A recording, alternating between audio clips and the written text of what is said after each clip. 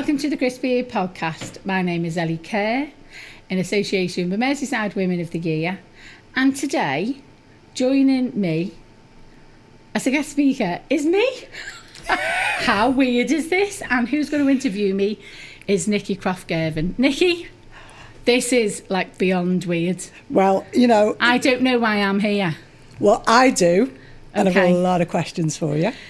Go on then. First of all, how does it feel? Buttercup. Go on. How does it feel to be on the other end? Weirdy weird. Weirdy weird good? Yes and no. Yes and no.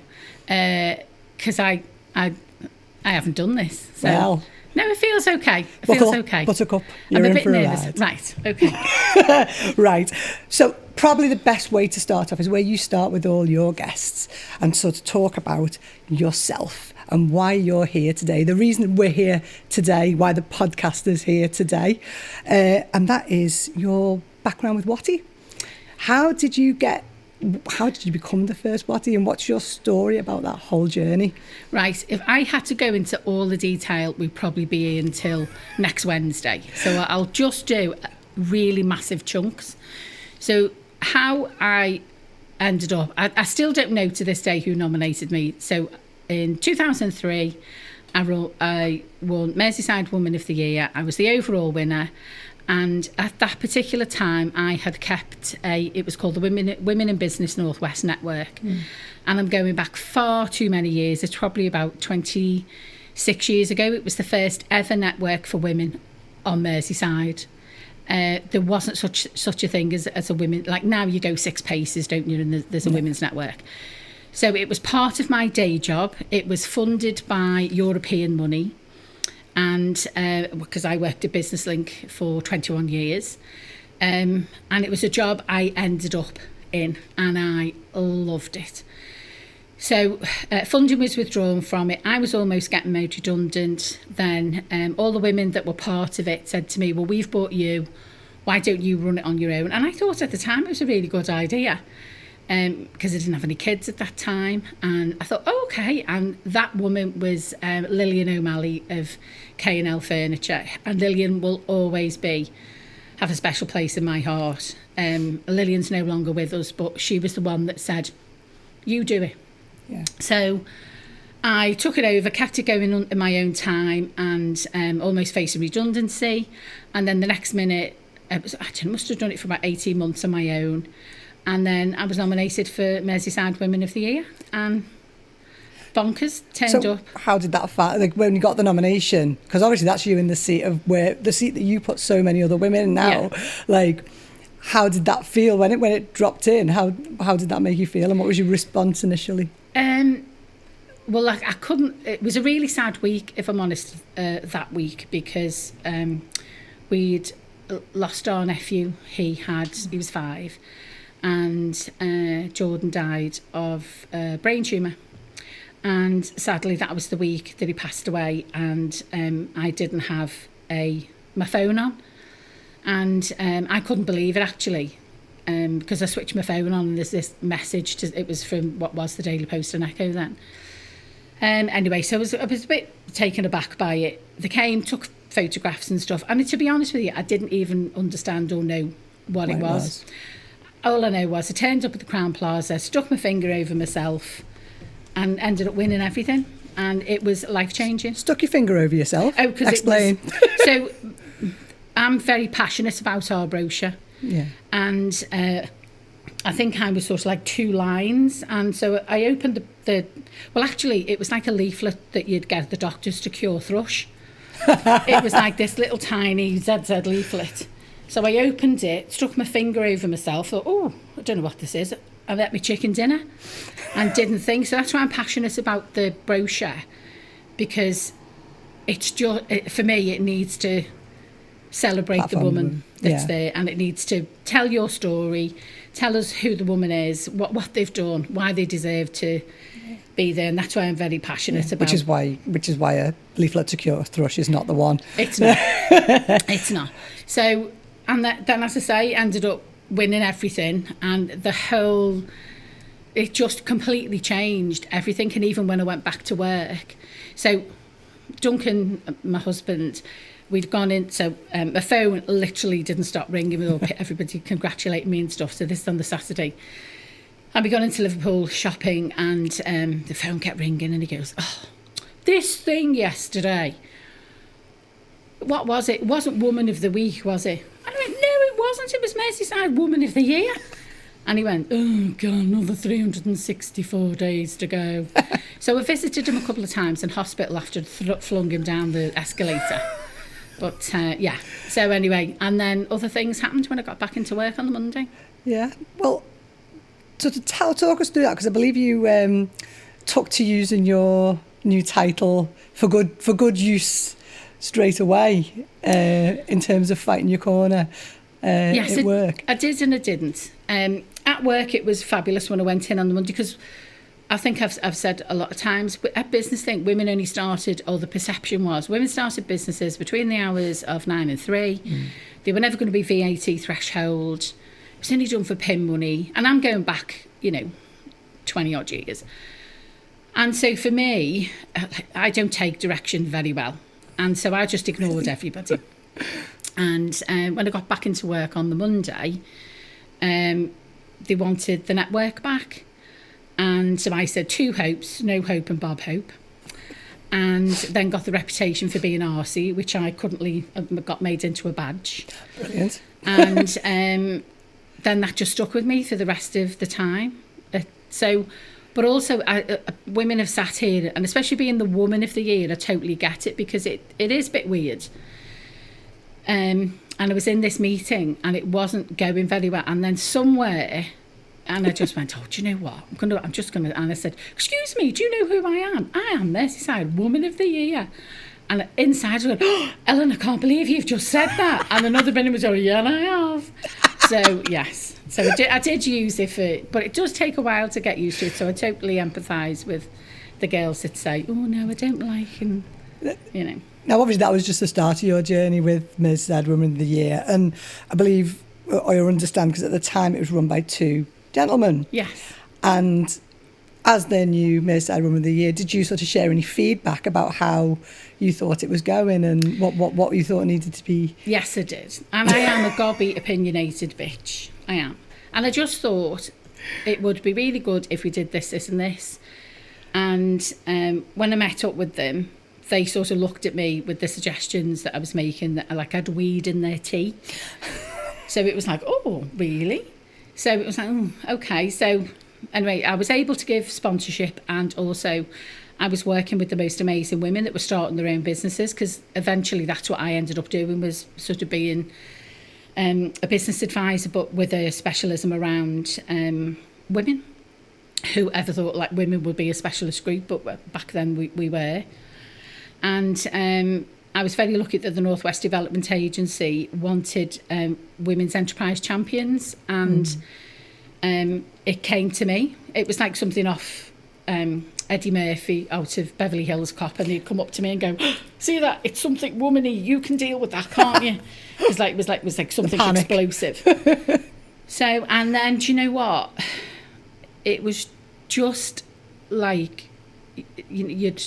I just found something I was so passionate about, to watch women change and grow and believe in themselves and take their businesses seriously and be taken seriously, but also to be able to have that connection and network when people have said, "This is really shit, this, isn't it?" Or "This is really great."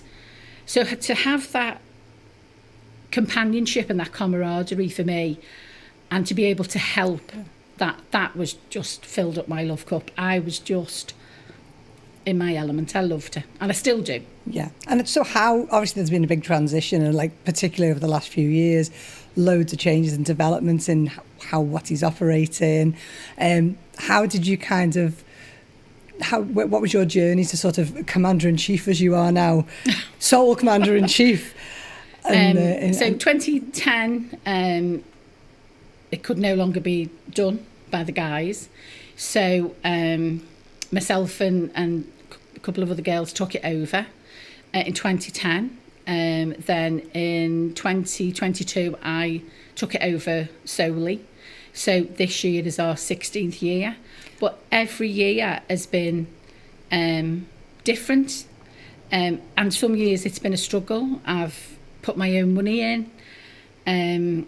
We've had a really tough time sometimes, but when you see the impact it has, not just for the women but also in the city, and I think that's the thing, since taking it over on my own solely since 22, I've come to realise that it really does have a big, both from a personal perspective but also a socio-economic impact in the city. That's been a big shockorama for me. Yeah, amazing. Well, that is something I'm going to come back to a little bit later. But what I'd like to ask you now is, that story maybe some people will know. What other people I think a lot of people, and I see this being out and about with you all the time, is people think that this is your full-time job. People think this is what you do day to day. It is your entire sole objective, purpose, aim. And I know that's not true. So this is your opportunity now to tell people, what's your day job, Ellie? What do you do? Being at Business Link gave me a real amazing opportunity to have a fantastic network. My phone is like a little black book. And then when Business Link closed down in 2010, I was self-employed. And then I was asked to do or help deliver the Global Entrepreneurship Congress, the GEC, with Liverpool Vision. And that just springboarded me onto other things. I tend to be very direct, but also understand the world of business and commerciality.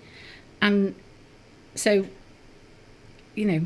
I just get asked to do amazing projects and to work with businesses, and some of them I can't mention. Some of them I work with quite senior women to do quite a lot of mentoring. But WOTY is my passion. It really is. I absolutely love it. But when I had my son, my husband was working nights, working full time, because I've had proper jobs as well, and obviously we met. Yeah, we met at a proper job. We met at a proper job. I also had a proper job then. And for me, it's always about the people. That everywhere I've worked, my husband calls me a people magnet, but it's the very special ones that stay, like yourself, like Andy, like Faye. The people that you collect, but also are very special. So I've been very fortunate that I've had proper jobs, and proper job is when I've been paid and, been not self-employed, been PAYE. But then I just get the most random phone calls, and they go, I've been told I need to speak to Ellie. And usually it's whatever the project is, whether it's to turn a business round, if it's from a culture perspective, or if it's a big event and it's not going so well, they usually ask me to go in and give it the defib because it's dead on the operating table. Amazing. And as you say, also still mentoring, supporting women at senior level as well. So it all, both, do you feel like they both sort of interlink in some way? They do. WOTY yeah, well, especially now I think WOTY, because we've, I'm going to do an Ellie-ism, an evolviation. WOTY's evolved and changed so much. I think part of the stuff that I do in my day job naturally ekes into, we try to help the women that are finalists, and especially, as another Ellie-ism, the woman's. So all the women of the years, and there's 16 of them now, 15 of them, 16 this year, are all out there still doing the most amazing stuff. So for me, it's like, it's paying attention to what's going on. If there's something that comes across my desk, I'm just basically a nosy bitch. And a brilliant connector. Thank you. But if there's something that I think that somebody should know, see, hear, be part of, and you think, I know the perfect person for that. My friend always says I'm like one of those women, that years and years ago when you had the phones phone. Yeah. Oh, you should speak to this person. You should speak to that. So. And what an amazing skill that is. And, again, it clearly has a really big impact through WOTY and through the city as well. Just coming to your Ellie-isms, since you've given me the opportunity to bring them up, which is great. you have your own vocabulary that you've created over the years through WOTY, through all the elements that make WOTY up. So where did they come from? I have absolutely zero idea. So you had 2 there. You had Woman's Is, Evolviation. We also have Don't Turn Yourself into a Pretzel. Mm-hmm. Up the leg of me tights. Yeah, which is, yeah. There was Bobblies when we were doing the judging. Yeah, Bobblies. See, WOTY was never called WOTY, and I don't know. Just one day I called because sadly I shorten everything, and it even says like some people's names, and sometimes don't call me that, and they want the full name, and then I have to go and then add the rest of the name on it. So I have to shorten everything, and I don't know whether or not I do it for. I do love humour. Yeah. And I do think there's a lot of things you get away with when you wrap it in humour, and even some of the difficult situations in my day job that I've been in. I've had situations when when I go into places, they think I'm going to make them redundant, or I'm one of those like time and motion people. So they walk around going, ooh, she. So I'll say things like, right, whoever's got the voodoo doll, could you take the stuffing out because I'm trying to lose weight? And sort of that. So they're all looking at me then going, oh, she. But for me, humour has always been you can deliver I say it's all in the delivery. Yeah. And how you deliver it depends on how the situation is taken. So, I always think you're here for not a long time. So if you can make somebody laugh, make them feel better, and have a bit of humour along the way. So I think my mind just shortens everything as a short code so we can move on and not be, takes the sting out of any negativity. Yes. But also to sort of make people laugh, but also it makes people remember it. Yeah. Because, I was just going to say, the creativity as well. Because, of course, the crispy ear is an Ellie-ism. That was your fault. Yeah, it was my fault because I loved it. But also that was an Ellie-ism, that's roots are in the Ellie-ism. So I personally think we need to write a book about your little phrases and like maybe do a little bit of a deep dive into why.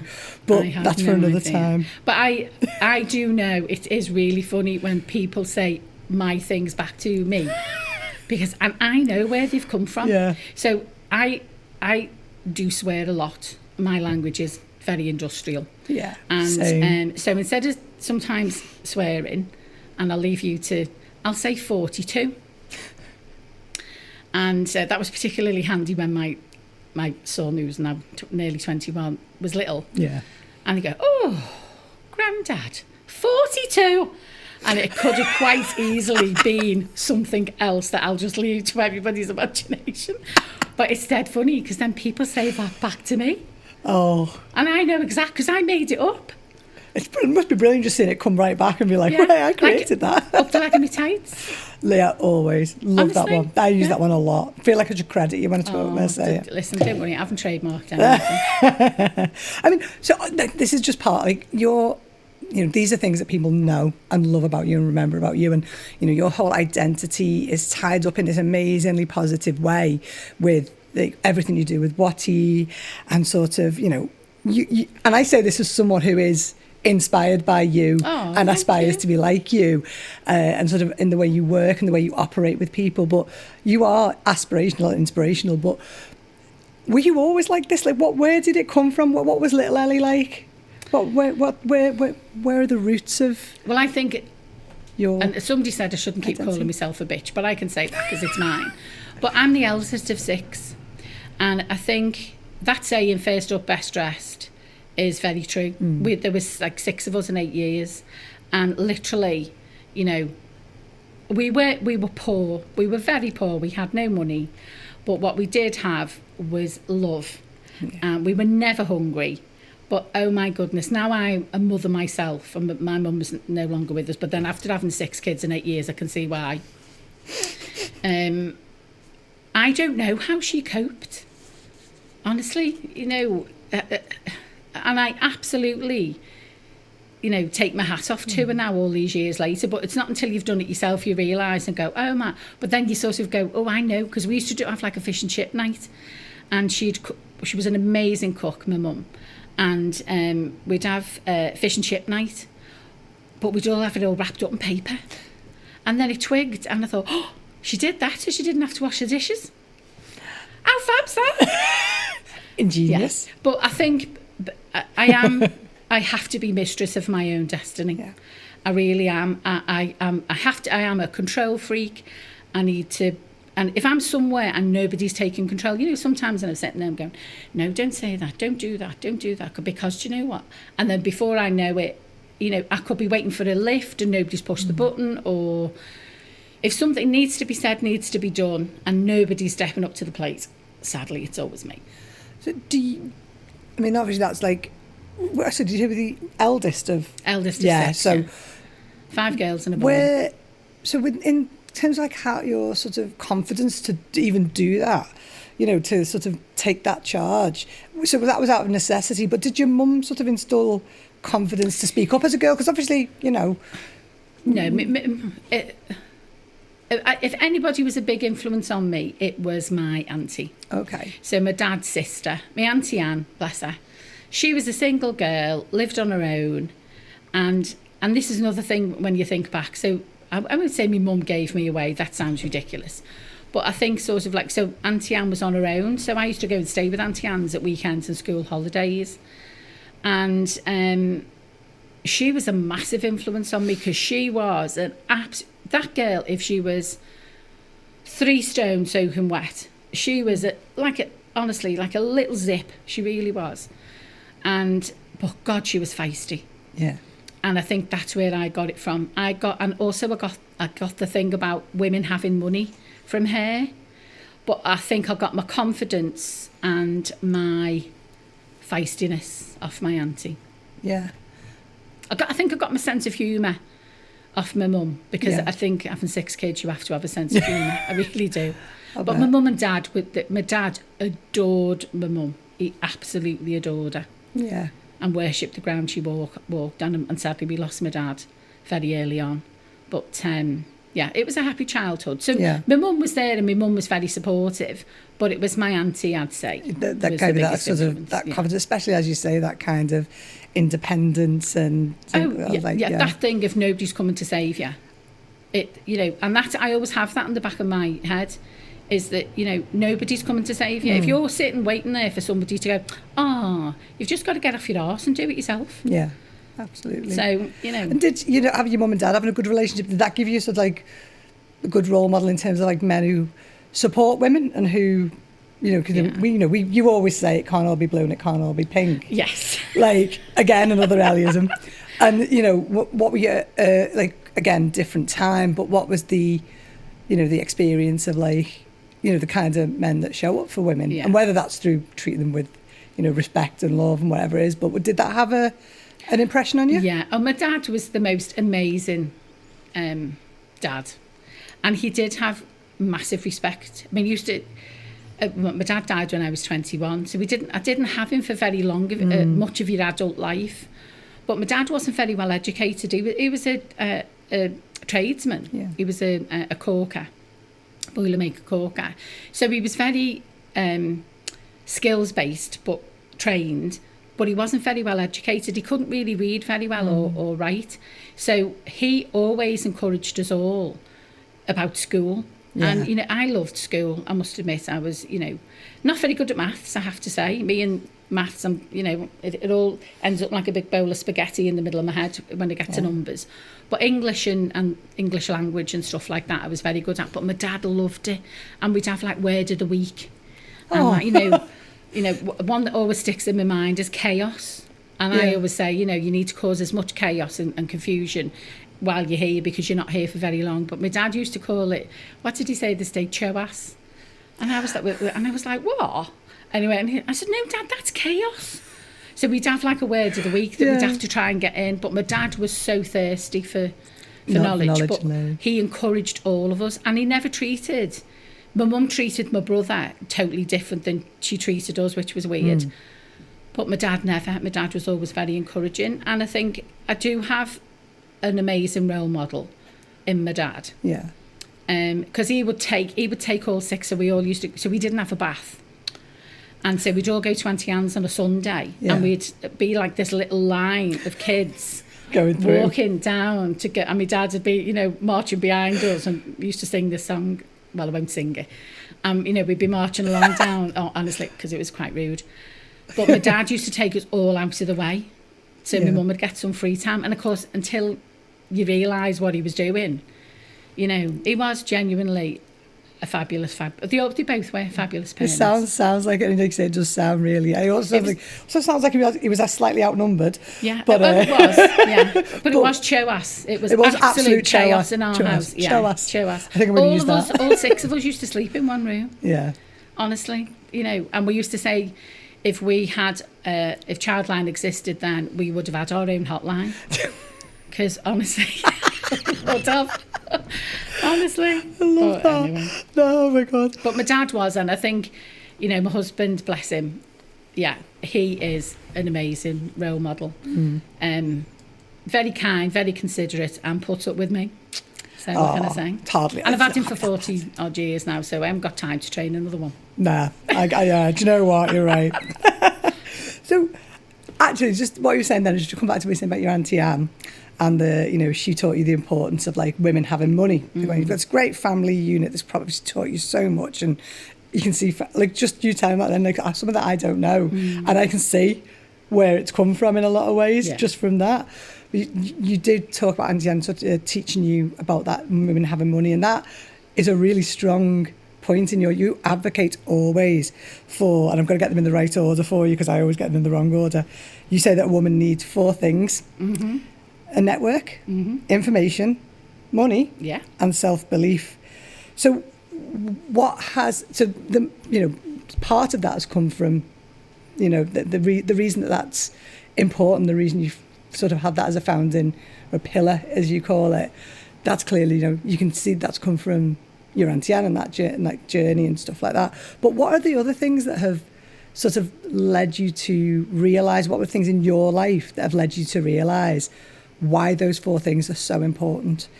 Not just family, but like in your business, in work life, in life just generally. Well, it goes across all of them. And I think I said it, so when we get everybody together, don't we usually round out the October when, you know, what has happened in the June, and we get all the finalists and everything together.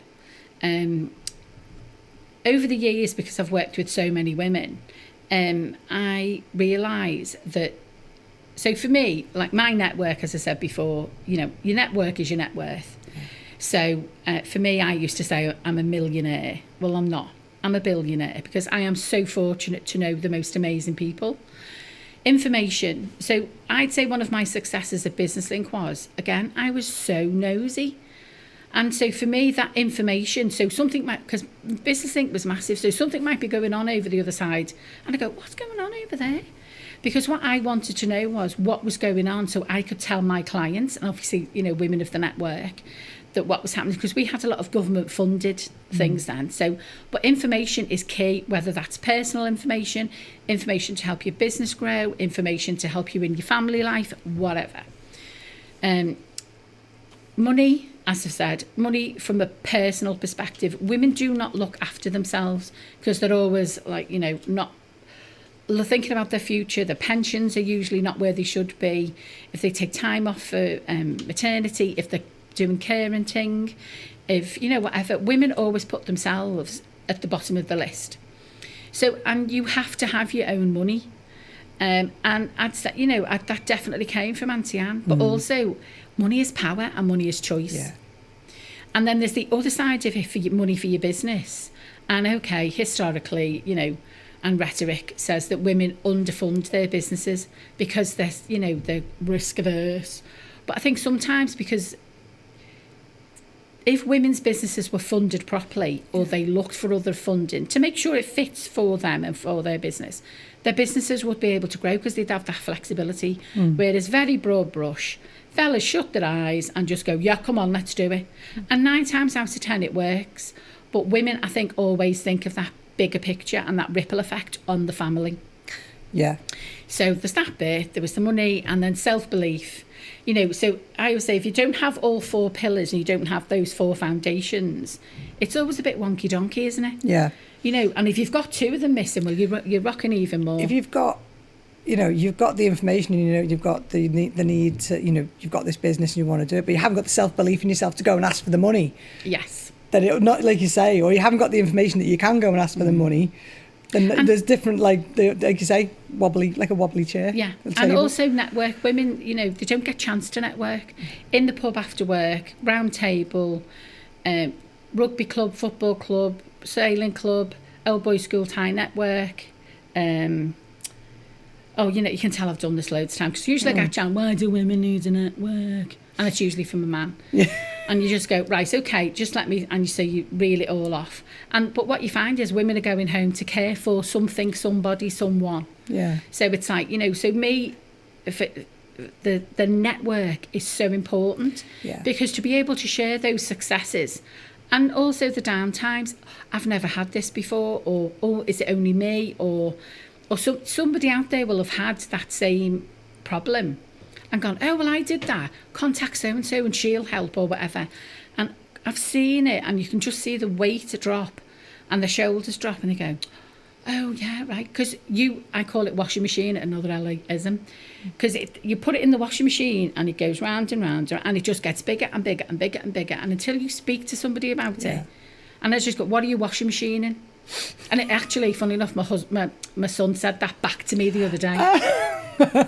And I just went, oh my goodness. But it is. Not only can you see it, yes. You can name it. Yeah, but it's a problem. And you just, the more you keep it in and think, and it's the same with any problem, you need to, as hard as it is, you need to vocalise it. And then all of a sudden, when it comes out in proper words, or even if you write it down, it lessens it somehow. Yeah. Do you think, because obviously the WOTY network now has a really broad sort of age range, if you like. It is, it's fabulous. In that kind of, that wanting to reach out and get help, or like wanting to ask the question or share the thing that's in the head that's washing machine in, do you think there's been a change in how much they're willing to reach out? Is it getting better, or is it different from when you first entered sort of the world of doing the woman-y things for business? I think hopefully with WOTY we create the right environment that it does. There's no such thing as a daft question. No. There's no such thing that anybody's going to laugh at you. So hopefully we've created the right environment now, because we've got our WhatsApp groups, and you know, the stuff that goes on in those WhatsApp groups is phenomenal, the help and the support. But again, we've only done those for the last 3 years. Yeah, 3 years. Has it got, I think women have got better, because again, women are more in business. Yeah. And also there's more networks for women to be part of. And even going back to it can't all be pink and can't all be blue, some of the best advice I've had is from men. You know, so for me, you know, as I say, you know, for me it needs to be that purpley bruisey colour in the middle. You know, everybody, whoever they are, has an opinion, and it's valid. Yeah. So it doesn't matter if you're male or female. You know, it's the right advice at that time. Yeah, and being, like I say, being willing and open to share it. Yeah. And that. Yeah. So that, I think, actually, they're talking about the impact of WOTY. You said it earlier. One of the, I can't remember what it was. The shockathon, biggest shockathon for you. I'm fairly sure that's what you said. Shockarama. Thank you. Has been not just the impact it's had on the individuals and the women's, which you've always known because you've experienced it, but the impact on the city, sort of more broadly. So, just to sort of coming back to that point about impact and the change and things like that, what have been the biggest indicators that WOTY is really, really important? I suppose for me, if WOTY can't exist if it's not sponsored. So for me, over the years, to have the most amazing support from sponsors that believe in what we do. I suppose, you know, our first proper sponsor, bless her, Kate Kingston, we did not have a Scooby-Doo or a Scooby-Don't of what we were doing with her. We really didn't. And Kate was amazing. And then we had Miss Dr. Halsall from Michael Halsall's, and I always called him Mr. Halsall because he was just so one of a very authoritative person. And he said, call me Michael. And I go, oh, okay, Mr. Halsall. And you can't possibly. Yeah, he was with us for like 8 years and would not leave.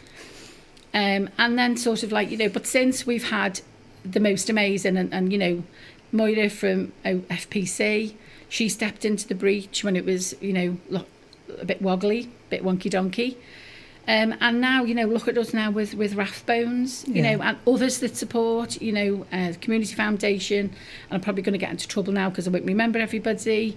But, recently we've got new sponsors that are coming on board. And I think for me, that's been also the fact that they want to be part of it, but also see the ripple effect that being part of WOTY has. Because what we try to do is be genuine and have social value and impact.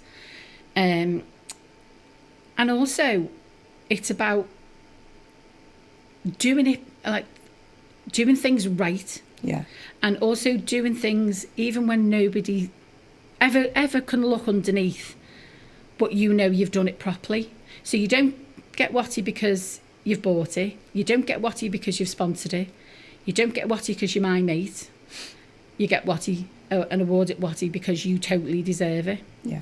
And that, for me, big businesses in the city that want to be part of that movement, as we've been called now, absolutely is so humbling for me.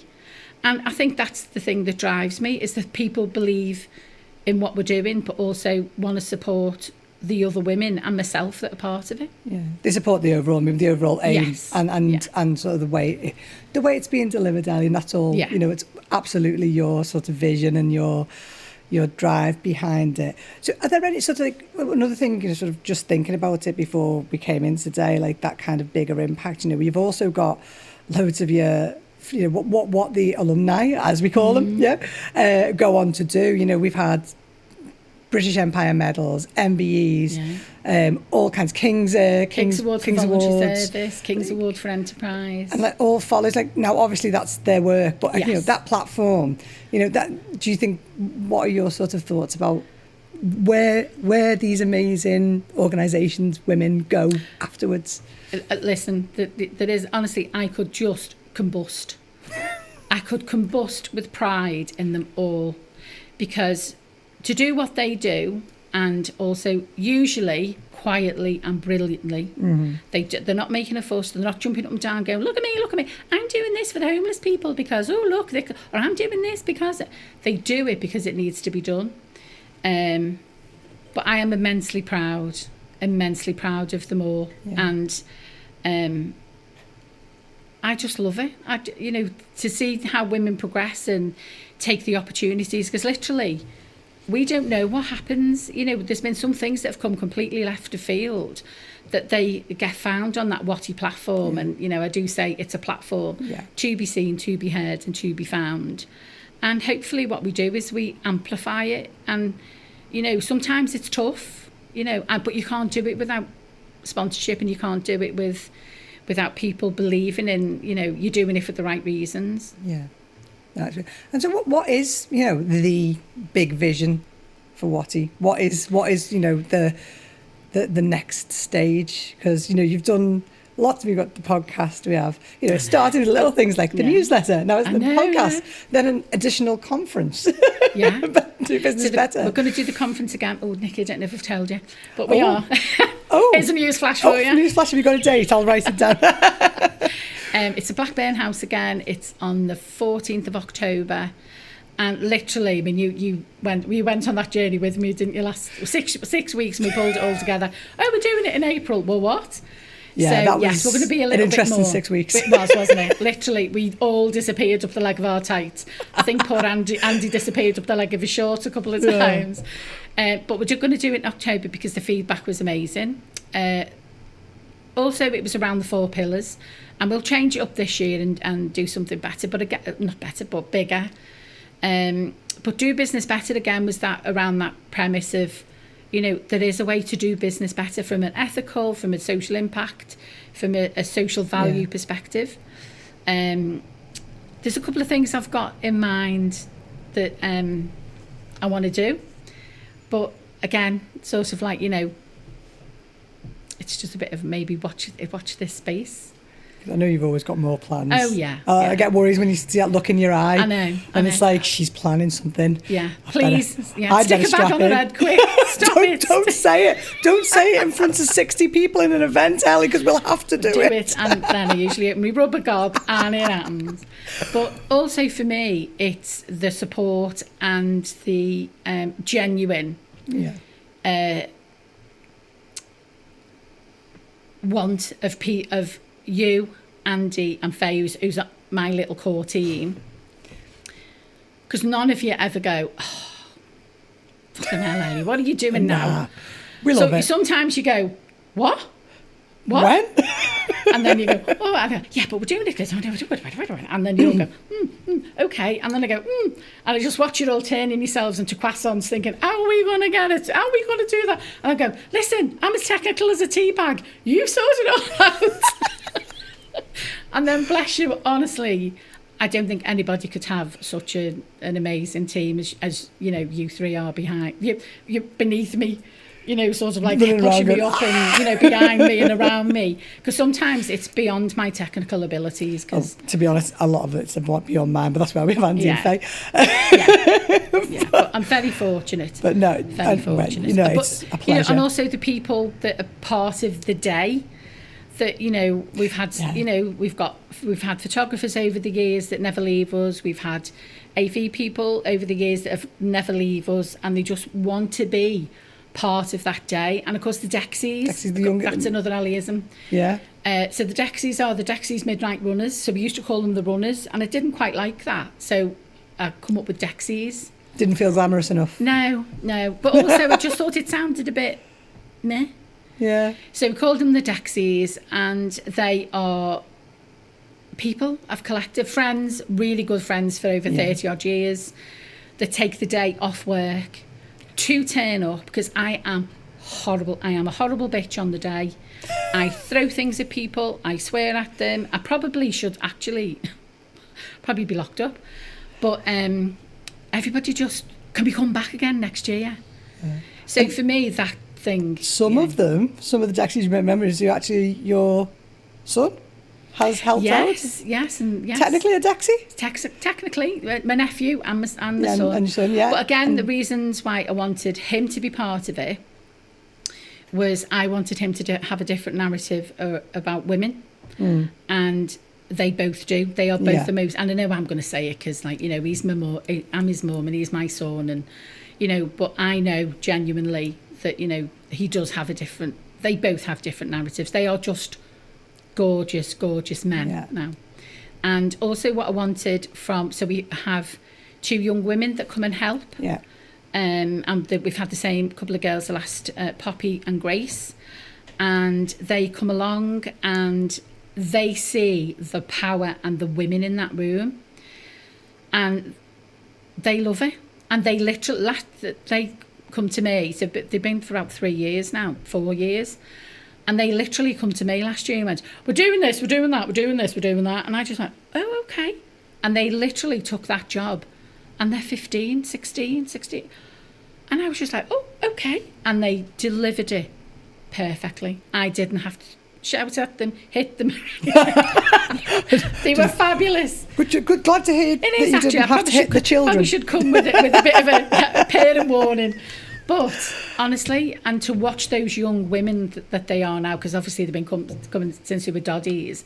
So for me to watch them, and they see the power that's in that room, and that to me, when it's all over and literally I slide down, as soon as that big cannon goes off, usually I burst into tears. And then somebody from somewhere hands me, and I do not drink, and everybody laughs, but somebody hands me a big glass of wine from somewhere, and I just go, bleh, and just neck it, and I end up like pissed as a fart because I don't drink. But for me, the relief of it, that it's gone well. And that woman, who is the Woman of the Year, and all the other finalists have had a wonderful time. There is nobody in that room that is as important as they are. And having been sucked into this, when we worked in proper jobs together, and you went, doing this thing. Do you want to just help with the little bit of something? And yeah, you know, it is an amazing room to be in. No, I wouldn't. You know what? Honestly, I'm sat here doing this. Yeah, there we are. And how many years ago was that now? Yeah, exactly. Don't count, I don't loved count. it. You know, like I got absolutely drawn into it, and you are right there. You know, everything you do it does pull around to having people having those. That's the difference. The stars are the finalists, the winners, not the sponsors, not everything else in the room. And I think that it's like being in a big hug. I always think that room. So we've talked about future vision for WOTY. Now, there's a couple of questions. I'm just looking because I've written down some like quick fire questions I was going to ask you. Quick fire questions, go on then. And I was going to ask you, I can't even read it. Oh dear. What has been, it was a few things about WOTY over the years. I'm just going to pick them out of my head now because I can't read my own writing. But biggest, sort of most memorable moment, if you have one?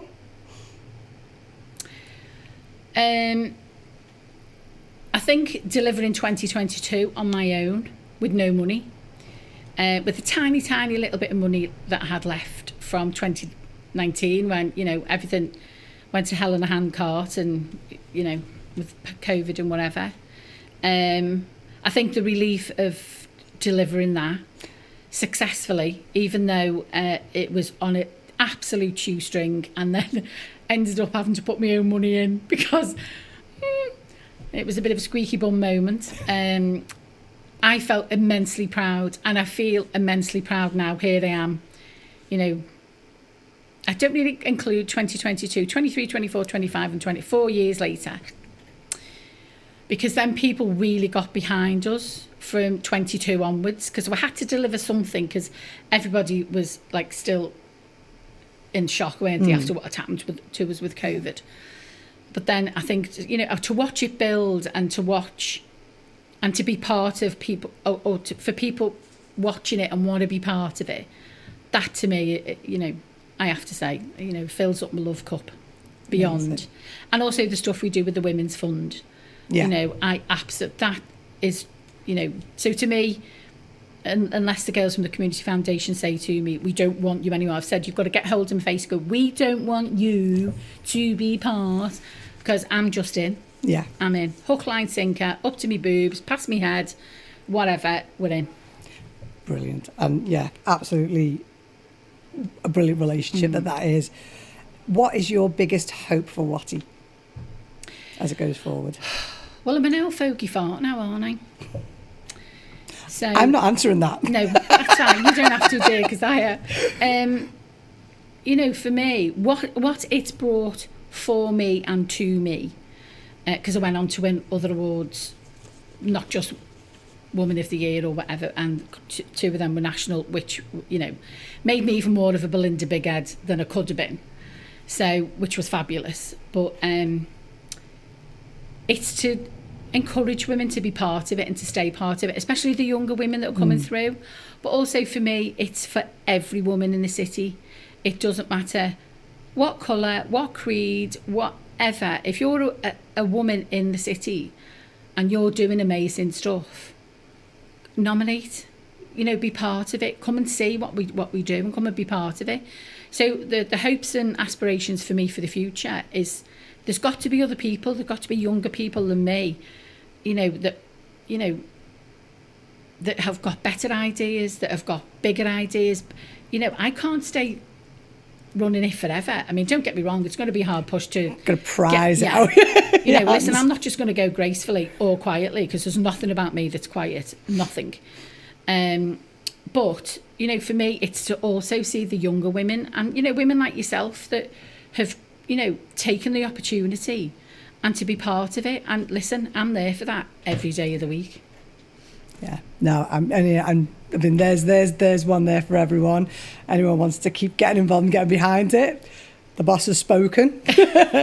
And the last question for you, the one we finish every episode of the podcast with. What would you, Ellie Kerr, founding director of Merseyside Women of the Year Awards, What would you give your younger self a crispy ear about? What anybody thinks about you is none of your business. Solid advice. Because I think people think too much about what others think, dig themselves into a hole. And so for me, it would be, and that's what I've lived by. It's like, do you know what? I don't care if you don't like me. Obviously, I'd love it if you liked me. But do you know what? I'm not arsed. Let's just move on. But the bit also is about women. Standing, don't be small. We are taught in society as women to be small. Nah. Stick out your elbows and own that space.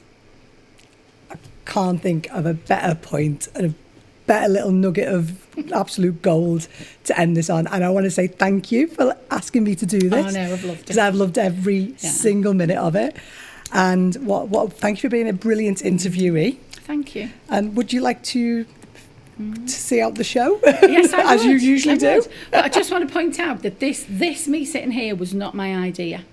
This was from other people that have sat in this chair, and Phil, who's been amazing through the whole process. So this is the end of season 3, episode 10. And Phil absolutely kept joining in, saying that I should sit in this chair. So from me, at the end of season 3, hopefully we'll do a season 4. Thank you so much for everybody who support. Thanks to Big Condo, they've been amazing. And thank you to you, Nikki, for everything you do and all the support. And also thank you to all the women that have come on. But this is me signing off, Ellie Kerr. Thank you and see you next time. Bye.